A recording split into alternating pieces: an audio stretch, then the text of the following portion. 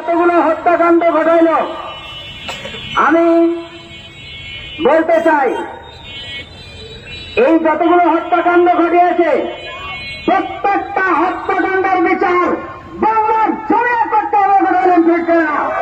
তাদেরকে যেখানে যে অবস্থায় পালিয়েছে সেখান থেকে নিয়ে এদেশের মধ্যে, এদেশের মাটির মধ্যে তাদেরকে বিচার করতে হবে। কথা বলেন ঠিক না?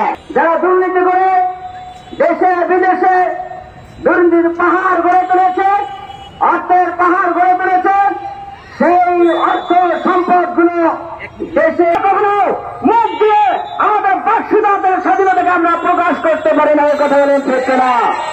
আমরা আমাদেরকে এমন ভাবে লুণ্ঠিত করেছে, বাক স্বাধীনতাকে এমন ভাবে কেড়ে নিয়েছে।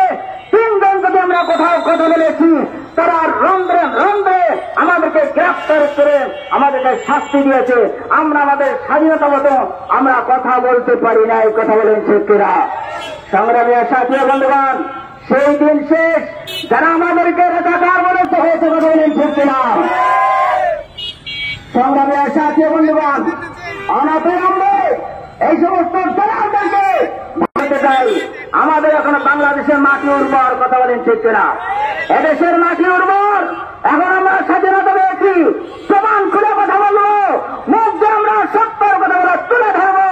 এই জন্য no Awami League, no BNP, ইসলাম ইসলামেশ রন্ধ্রে রন্ধ্রে, এলাকায় এলাকায়, মহল্লায় মহল্লায়, পাড়ায় পাড়ায় ইসলামী আন্দোলন ধারাপ দিতে দেবে বলে যেখানে হাত পাকা সেখানে ইসলামী আন্দোলন কর্মী। কথা বলেন ঠিক না? সংগ্রামী সাথী